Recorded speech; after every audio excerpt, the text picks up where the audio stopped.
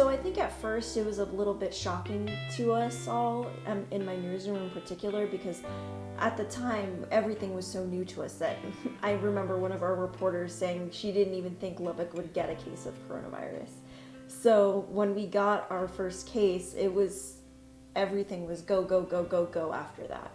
And I think for the 2 weeks that we were reporting on it, it was just a crazy experience, just trying to accommodate ourselves to what the new guidelines and everything like that was going to be. But I think the most pivotal moment for me, at least, was when we started working from home. We worked from home beginning of April to about May. So I think about a month and a half we were working from home. And I remember that was the point that my mental health really took a big hit. And I think that was just because, we're working from home. There was a lot of additional stress because we've never worked from home before. We had to kind of adjust to, setting up a computer, setting up stuff on time to be in the show at 6 o'clock. And I just remember there were days where I wouldn't sleep right because I was so anxious about what the next day was going to be like, and story ideas, and who I was going to talk to next. It was just all very, very, very stressful. And I just remember having a lot of anxiety. But at the same time, for a majority of that time that I was working from home, I was only doing Zoom meetings. So the only interaction I was having was through a computer screen. And occasionally I'd go out and talk to someone, but that was only, an hour that I'd spend max with another person, and then I'd go home and just be by myself the rest of the time. And especially since I'm actually living by myself, I don't have any pets, I don't have roommates or anything. So I think that the loneliness definitely had an effect on me. And so I think the transition back to working at the station was more of a relief than anything. It's a lot of responsibility. Because it makes you want to be on your A game. Because we live in a society to where misinformation spreads 6 times faster than information that's true. All it takes is someone coming up with something or someone spinning a story, and that'll spread much faster than what the truth is. So we have a responsibility as journalists, and of course as broadcast journalists, to focus on the facts and get the facts out first. So it takes a lot of homework on our part. You can't just phone it in and say, okay, that's probably right. No. Is it right? If it's right, tell the people this is right, and give your evidence why this is true. If I'm gonna tell you these are the facts, you gotta give me some evidence. You prove to me these are the facts. And as journalists, we have to do our job. By giving the whole story and providing context as well. That's a big issue that we don't see in journalism, is that we don't see a lot of context. We just put out all these numbers, we put out all these facts, but there's no context to them. Okay, why do these numbers look the way that they do? Okay, why are the hospital numbers, rampant right now as compared to 3 months ago? Why aren't African Americans getting the COVID-19 vaccine? You've got to give me context, and I think that's what's lacking in journalism, because the field has been attacked so much, fake news, as we heard a lot, that a lot of us are just focused about throwing out facts. Like, this is the facts, this is what's going on. You got to believe us. Yeah, give the people a reason to believe you. Give them some background, give them some context.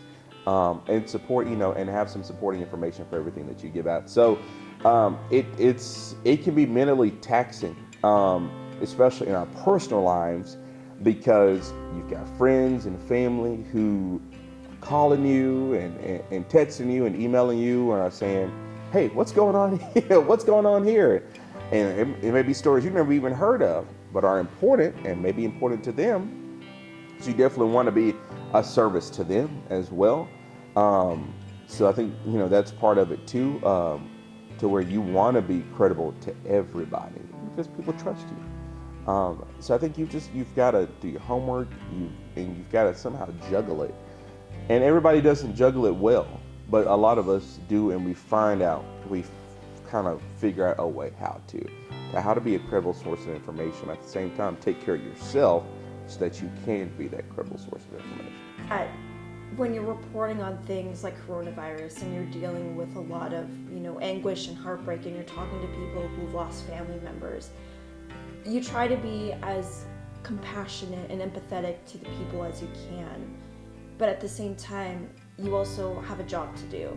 So there is a moment in time when you're reflecting and you're trying to be as nice with the person who is going through a hard time as possible. But at the same time, when you're working and you're working in such a stressful environment, I feel that you sometimes forget that. Not necessarily forget it, but it's not your biggest priority at that moment. You're just trying to get done.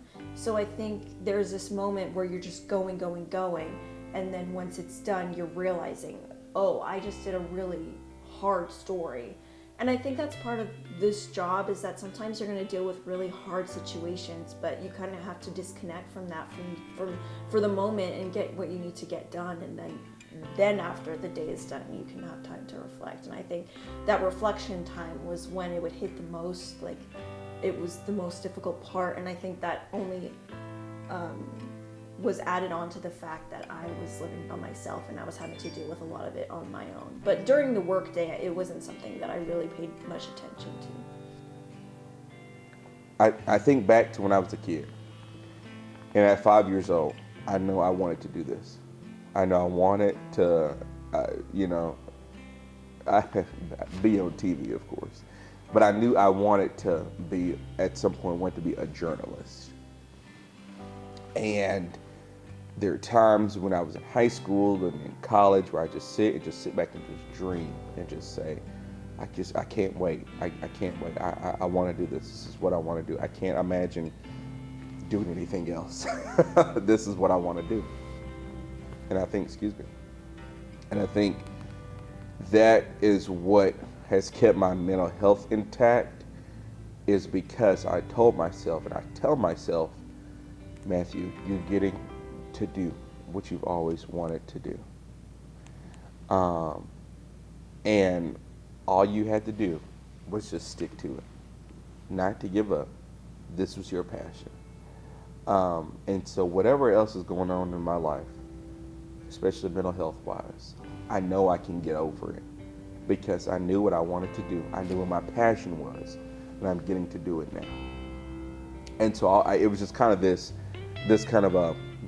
thing of just hold on, just don't throw in the towel just yet. Just keep going, because if you got this, if you were able to achieve this, anything's possible.